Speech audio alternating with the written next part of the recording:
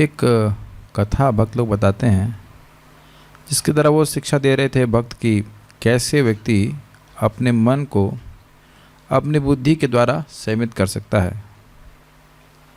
एक व्यक्ति था, वो बहुत ही काउबॉय कह सकते हैं, जो लोग घोड़ा चलाते हैं वहाँ पे, घुड़सवार टाइप के लोग व्यक्ति था और बहुत शक्तिशाली था।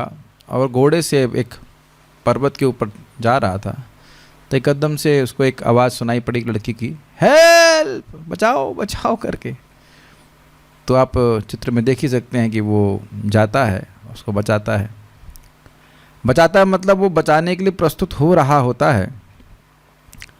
उतने में ही उसको एक विजन, उसको एक दृश्य दिखा पड़ता, पूर्वानुभास, कि उसने उस लड़की को बचाया। लड़की बड़ी प्रसन्न हुई कि आपने मेरी जान बचाई। लड़की बहुत सुंदर थी और फिर वो शादी कर लेता है। और शादी करता है तो फिर स्वाभाविक है बच्चे हो जाते हैं। ये सब देख रहा है, हो नहीं रहा है, देख रहा है। और फिर बड़ा परेशान रहता है और अकस्मात वो ड्यू पीता है। ड्यू मतलब जिसका ऐड था, ये कहानी एक्चुअली एक ऐड था, कहानी के रूप में दिखाई जा रही थी।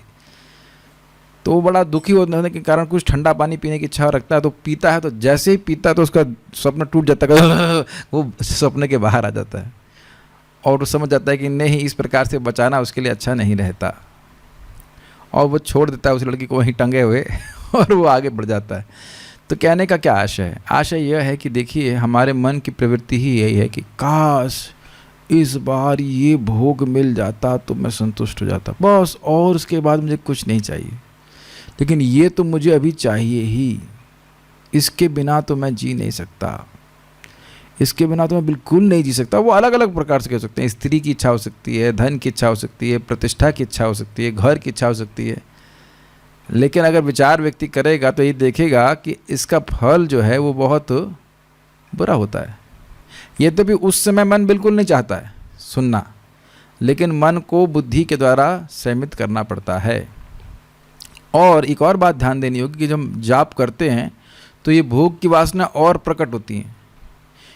पहले तो सुप्त अवस्था में थी और जैसे जैसे इच्छा आती थी वैसे हम करने लग जाते थे, तो लगता नहीं था, कि हमें लगता था बिल्कुल नॉर्मल चल रहा है। लेकिन जब आप नाम उच्चारण करेंगे तो जो ये काम क्रोध आदि हैं, इनकी हमने सेवा अनादि काल से करी, इन्हें बड़ी दिक्कत होती है। ये क्या कर रहा है, ये जब क्यों कर रहा है?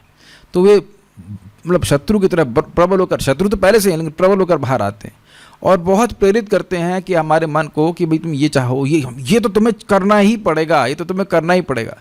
जबकि जीवात्मा के रूप में हम बाध्य नहीं ऐसा करने के लिए, लेकिन ऐसा अनुभव करते हैं कि नहीं, हमें करना ही पड़ेगा, मानो कोई फोर्स कर रहा हो। तो दिव्य बुद्धि जो शास्त्र से मिलती है, भक्तों के संग से मिलती है, उसके द्वारा अपने मन को हमें स्थिर करना का प्रयास करना चाहिए। एटलीस्ट प्रयास तो करना चाहिए, है ना। और फिर जैसे जैसे नाम उच्चारण करते जाएंगे, भगवत गीता सुनते जाएंगे तो देखेंगे कि मन काफ़ी हद तक शांत हो जाता है। लेकिन अगर हर मन की बात को, हर मन की पुकार को हम सुनने लग जाएंगे तब मन फिर कभी सीमित नहीं हो पाएगा। इसको भगवान गीता में बताया है। जैसे समुद्र में बहुत सारी नदियाँ आती रहती हैं, समुद्र स्थिर रहता है, इसी प्रकार से हमारे हृदय में बहुत सारी इच्छाएं आती रहती हैं, बहुत सारी इच्छाएं आती रहती हैं। लेकिन अगर उनको सभी इच्छाओं को पूर्ण करने में चक्कर में पड़ गए तो न शांति, तो फिर शांति प्राप्त नहीं हो सकती। इसे कहते हैं कामी। हर कामना को वह पूरा करने में लग गया तो फिर व्यक्ति शांति प्राप्त नहीं कर सकता। मन शांत हो ही नहीं सकता। भौतिक भोगों को प्राप्त करके मन कभी शांत नहीं हो सकता। हमको पता है कि मन मानता नहीं बात, हम सुन रहे हैं, हम बोल रहे हैं, लेकिन मन नहीं मानता इस बात को। लेकिन मन को मनवाना पड़ता है बुद्धि के द्वारा, कि ये देखते हुए कि इसके आगे क्या फल प्राप्त होगा। और वो बुद्धि हमको शास्त्र के द्वारा प्राप्त होती है, एक दूसरा नाम जप करके प्राप्त होती है। दोनों चीज़ों से द्वारा हमको स्ट्रेंथ मिलती है। तो नाम जप में भी ये बहुत बड़ी दिक्कतें आ सकती हैं कि व्यक्ति सोचेगा मैं दिन में कर लूँगा, अरे अभी तो मेरी उम्र ही कहाँ है कुछ करने की, इत्यादि इत्यादि, अभी तो मेरे खाने पीने की उम्र है, बहुत सारी बातें सोच सकता है। लेकिन ना, वस्तुतः हर एक की उम्र मरने की उम्र है।